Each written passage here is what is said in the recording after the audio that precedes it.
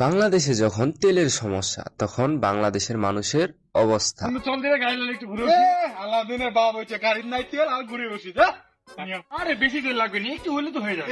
তুই জানিস না বাংলাদেশে বর্তমান তেলের সংকট খুবই, তেল নাই, তেল পাওয়া যায় না, ওদের হরমুজ প্রণালী বন্ধ হয়ে গেছে। আর তুই বেটা তেল খাবি, খেতে তেল পাবো না। হ্যাঁ বন্ধু, একটা ব্যবস্থা করা যায়। কি ব্যবস্থা করবো তুই? জলদি দেখো কি কি ব্যবস্থা করছিস। এখান কি লিয়েছি রে? এখান থেকে কি করবা জানিস? তোর মাথা কি নষ্ট হয়ে গেছে? পাগলা দাঁড়া না, মুই ব্যবস্থা করছু, দাঁড়া। এই ওরে কেটেও ছড়া, এই ওরে কে বলে গাড়ি চলে না, এই ওরে নাপ তোরে। এই বাল গাড়ি আনা তেলও শেষ হয়ে গেছে, কি করা যায়? আরে গাড়ি চলে, এই আরে বন্ধু ধরো ধরো, তুই আমার কি হয়েছে দেখিনি। এ ভাই কি রে ভাই, তোমারও কি তেল শেষ হয়ে গেছে? আমার তেল শেষ হয়ে গেছে, তবে একটা বুদ্ধি আছে মন লোক। তোমরা যদি মুখে 1000 টাকা দেন তাহলে তুমি একটা বুদ্ধি দিবা পারো। কে তোমরা কি রাজি আছেন?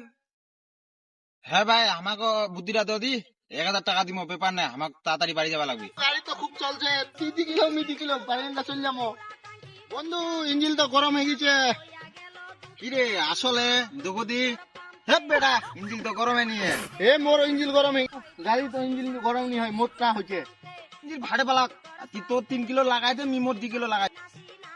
ও ভাই গাড়ি তো কঠিন চলছে, বুদ্ধি তো ভালো পাইছে। এটা মাগনা বুদ্ধি নে, এটা 1000 টাকা লিছে।